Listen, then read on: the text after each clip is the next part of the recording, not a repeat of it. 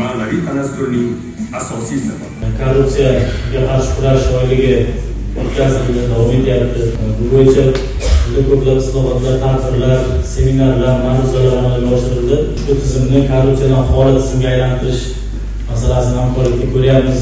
Vazirligimiz, viloyat prokuraturasi, viloyat xavfsizlik xizmati, viloyat ichki ishlar boshqarmasi hamkorlikda korrupsiyaga qarshi tadbir qilib yig'ilish o'tkazdi. Barchangiz ishtirok etdingiz. Davomiy sifatida tumanda ham bugun shu tadbirni o'tkazyapmiz. Inson korrupsiyaga nisbatan loqayd bo'la olmaydi.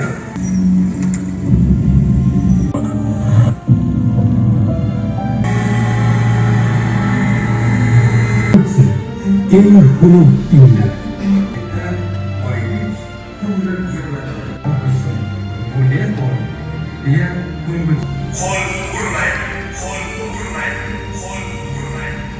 Yagona kadrlar siyosati va korrupsion holatlarning oldini olishni ta'minlaydi. Inson omilini kamaytirish maqsadida qator ishlar olib borilmoqda. Xususan, bolalarga maktabgacha ta'lim tashkiloti yoki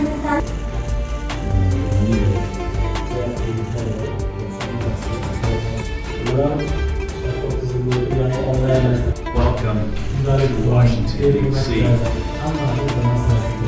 Sizlardan aynan ta'limda korrupsiyadan xoli muhit yaratish, ta'limni korrupsiyasiz muhitga aylantirish borasida Denov tumanida korrupsiyaga qarshi kurash bo'yicha yig'ilish o'tkazilyapti. Bunda Surxondaryo viloyati xalq deputatlari kengashi ishtirokida tuman prokuraturasi, tuman ichki ishlar, xavfsizlik organlari tomonidan Denov tuman maktabgacha va maktab ta'lim bo'lim xodimlari va tumandagi maktabgacha va maktab ta'lim tashkilotlari rahbarlariga ta'limni korrupsiyadan xoli qilish bo'yicha yig'ilish o'tkazilyapti. Bu yig'ilishda bevosita tuman rahbariyati, huquq qiluvchi organlar ishtirok etmoqda.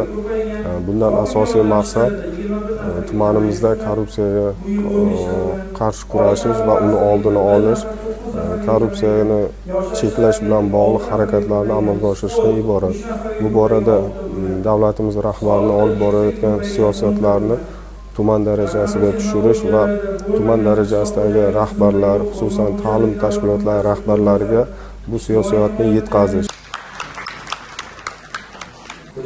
Denov tumani maktabgacha maktab ta'limi bo'limini barcha maktab direktorlari va maktabgacha ta'lim tashkiloti direktorlariga muhim yig'ilish o'tkazilmoqda.